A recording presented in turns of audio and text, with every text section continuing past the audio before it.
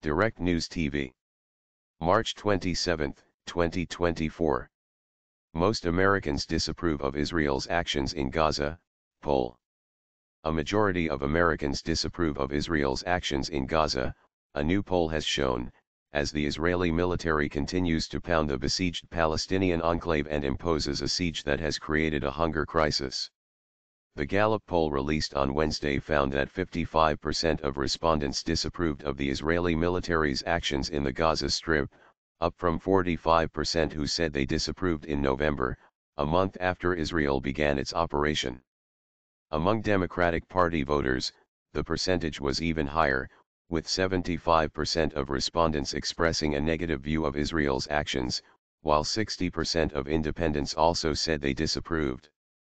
The Gallup poll reflects a clear disconnect between the Biden administration's policies and the views of a majority of Americans, particularly Democrats, on Israel's actions in Gaza, said Ray Jarrer, advocacy director at Democracy for the Arab World Now, a think tank in Washington, D.C. This divergence suggests a pressing need for the administration to realign its foreign policy with the values and expectations of its constituents, Jarrer told Al Jazeera in an email. Such a substantial gap in approval should be another reason for the administration to end its ongoing support to Israel's genocide. The findings of the poll, which was conducted earlier this month, come as Israel has intensified its bombardment of parts of the Gaza Strip despite growing international demands for a lasting ceasefire to end the war. U.S. President Joe Biden, a Democrat, has also faced protests and public anger over his staunch support for Israel and refusal to withhold foreign aid to the Israeli government until it complies with international human rights norms. Earlier this week, the Biden administration abstained from a United Nations Security Council ceasefire resolution instead of using its veto, a move that experts said highlighted Biden's frustrations with Israeli Prime Minister Benjamin Netanyahu. But Washington continues to provide weapons and public support to Israel, and senior U.S. officials have downplayed the importance of the UN Security Council measure. Meanwhile, the Palestinian Health Ministry in Gaza said on Wednesday that Israeli attacks on the territory over the past 24 hours had killed at least 76 Palestinians, raising the total to at least 32,490 Palestinians killed since Israel began its assault following Hamas's October 7 attack that left 1,139 Israelis dead.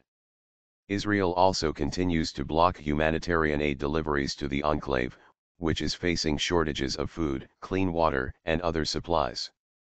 A UN expert warned this week that there are reasonable grounds to believe Israel is committing genocide in Gaza. The Israeli government rejected those allegations.